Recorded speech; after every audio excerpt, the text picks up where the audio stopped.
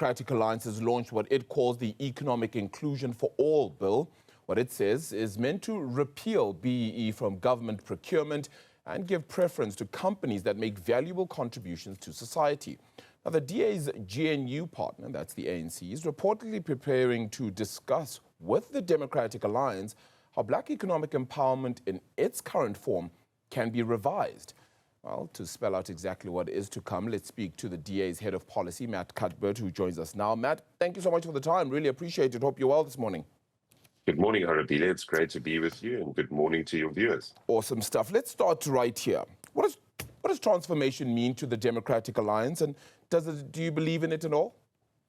Well, yes, certainly we believe in transformation. We believe in redress as a key principle of our party. We acknowledge the historical injustices of the past and the fact that the vast majority of South Africans, particularly black South Africans, have been locked out of opportunity with an inability to climb up the social mobility ladder and live a life of their choosing.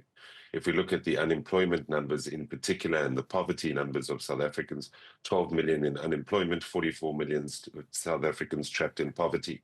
This is not a tenable situation, and this is something that needs to change. And despite 30 years of empowerment policy, we failed to uplift the vast majority of South Africans, and this is why we think this is a crucial conversation to have, not only in the public, but with our partners in the Government of National Unity. I want to go into the data you've just spoken about a little bit further, and I actually have a few graphics that I can show up to our audience, and it's basic. It's literally just the unemployment figure per race, particularly in this country. I mean, that really just details over here the employment rate really affecting more black Africans than it does anybody else. This figure of 37%, which is just for black Africans alone, actually rises to more than 40% when you take black African women into regard. With all that data at play then, how do we then say that we should repeal BEE? Is it not just about fixing what is wrong as opposed to taking it away completely when the race that is affected the most by the social ills of the past is indeed those of color? Well, I'd add one further statistic to that, Arabile. If we look from 2014 to 2024, the black unemployment rate increased by 10%, whereas white unemployment decreased by 1%. And the fact is, despite the ANC's transformation policies, we failed to uplift the vast majority of South Africans who are black. And what we are saying is we understand the historical injustice of the past, we recognize this, but we don't believe that race as the proxy for disadvantage is an accurate measure when you have ANC cadres who have enriched themselves using their race and their political connections in order to live off the backs of the poor. And our policy proposal, the Economic Inclusion for All bill, targets directly those individuals who find themselves in poverty, who find themselves in unemployment, and they happen to be majority black. So our policy itself would not exclude black South Africans, but it'd be open to all South Africans who find themselves in a situation of poverty, unemployment, and obviously locked out of opportunity. And I think that there's an inclusive way to do this, and this is what the DA is proposing. Rather than there being an approach that favors political connections, abuse of the public procurement system, which we've seen now laid bare at the Madlanga Commission, we think that there's an alternative way to do this, and this is why we put forward this proposal. There are going to be many questions about that, though, because if you then say economic inclusion for all, as you've just made note of, it feels as though it is dismissive of those that are previously disadvantaged. I know what you've just said with regards to it still being inclusive of people of color. It's all of those of need. I mean, to be precise, your statement actually reads and says, under the ANC, race is the sole discretion, whereas the DA emphasizes needs-based empowerment. If the needs, according to the data we've also just shown, is for black Africans to be getting those opportunities, again, I ask, is it about repealing BEE or fixing what's broken? Nobody denies that there's corruption. Nobody denies that it hasn't worked the way it should have. But would it not be better to just fix what is broken as opposed to repealing it entirely? Well, you would see in that same statement which you've just read from, we call for a genuine empowerment system, right? Which means that we include black Africans, we include black South Africans, we include, Indian South Africans, we include colored South Africans, we include marginalized white South Africans within our policy proposal. And if we look at the genesis of this particular system, this was not an ANC policy proposal during the 80s, during the 90s. This was big business that got into a room with ANC political entrepreneurs, set up an exclusionary policy in order to maintain the status quo and to prevent any further radical changes from taking place. But we can't say that the foundation of this policy, the BEE policy, was one that actually sought to redress the injustices of the past. And I think there are several incidents where this is involved. And that's why I think fixing the actual transformation and empowerment system in this country is so important. This is why the argument which we make is to replace it with the empowerment system of genuine economic need, focusing on things such as human development activities, economic empowerment, inclusive communities, and environmental sustainability. And in our actual proposal, we talk about how these direct interventions by businesses who want to do and contract with the state are able to then reinvest back into those communities, so that not only is there value for money in procurement, but we're making sure that communities benefit in a tangible way. Is this then, in the way that you're speaking about it, is it not just BEE with a different name? I don't think that it's BEE with a different name. I certainly think it's empowerment policy, but I think that it's a very unique offering because of the way in which the policy is set out and the way in which we aim to unlock opportunity for all South Africans rather than focusing on a narrow grouping of politically connected cadres, which we have seen.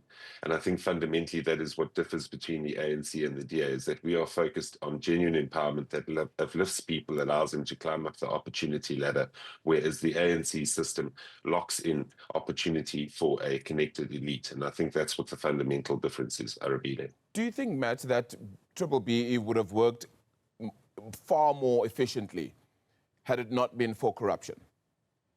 Well, I think, as I say, if you look at the genesis of the system and the way in which the rules and the laws were set up, it was set up as a system that was there to benefit political elites. And I think fundamentally, whilst there may have been certain claims that purported to represent... How exactly was it set up to benefit the political elite from the jump? Please, would you explain that part? Sorry. Sure. So as I mentioned in my earlier response, the genesis of BEE, particularly in the early 90s, was a group of big white businesses that sat in a room with ANC politicians and devised this particular system in order to be able to maintain the status quo and to make sure that there was no sort of indigenization of local companies or assets. And fundamentally, we saw a number of share swaps, we saw a number of ownership and equity deals that took place, and we saw a number of ANC politically connected individuals, even our president himself, who benefited from such deals. So the genesis of this particular policy was between big white business and the ANC itself. And that's why I say the system from the outset was set up as a system of exclusion. All right. And now, so you're saying that in this guise, it would work better because it would be exclusionary of those people that made those initial deals?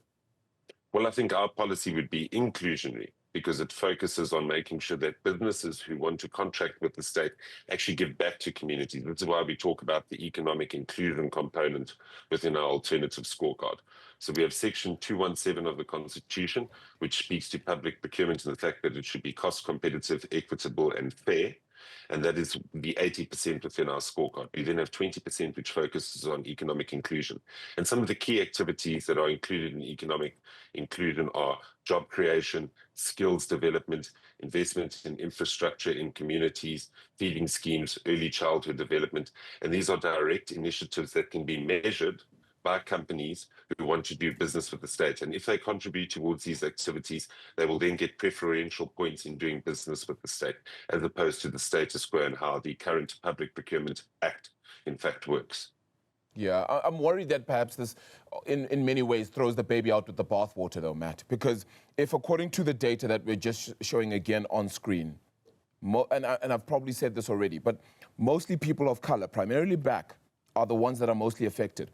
Does your policy not then lose focus on the most vulnerable in the country? That doesn't mean you exclude the others, and that's why it needs to work better. That's why you need to remove the corruption. And you're part of government. You're part of the GNU. So if you're working in government to remove that corruption, you make the system work better. So would you be sitting in a meeting with the ANC to say, let's discuss ways to revise black economic empowerment, change parts of it that you feel perhaps aren't working, come to some sort of agreement and ensure that the policy works better? Well, I think we've seen some rather interesting developments over the last week or so, Arabile. We've seen a number of leaks from senior NEC members in the Sunday Times, as well as in the city press, saying that there's an important conversation that needs to be had around empowerment policy. And as I mentioned at our press conference yesterday and the unveiling of our billboard, we remain open to engaging with all parties within the GNU as well as within Parliament itself. And we look forward to the ANC's approach to see how best we are able to transform empowerment policy to ensure that it benefits the vast majority of South Africans and it no longer operates as an exclusionary system as it has for the past 20 or so years. Matt, I've actually run out of time, but very quickly, one, you spoke about your GNU partners. Do you expect to get more support out of your GNU partners with regards to this policy? And two, very quickly, how divisive do you expect this to be as we lead up to those local government elections? Could this actually be a big impact on how things are voted for yourselves? Well, I think the process is at its inception. We gazetted the bill approximately a week ago, and we'll be engaging in writing to all other parties to get them on board. We've seen, an overwhelming level of support amongst business, civil society, and the general public, and I think that has been heartening and encouraging to see. And I think that the mood has shifted in the country because people are tired of failed empowerment policies that have failed to uplift them and give them the kind of opportunity that they're looking for in an inclusive South Africa, which we all envision. And I think that this is not the same issue that we were discussing 5 years ago. I think South Africans genuinely want change. And I think that the only opportunity that they have for change is by strengthening the DA's hand in the local government elections and the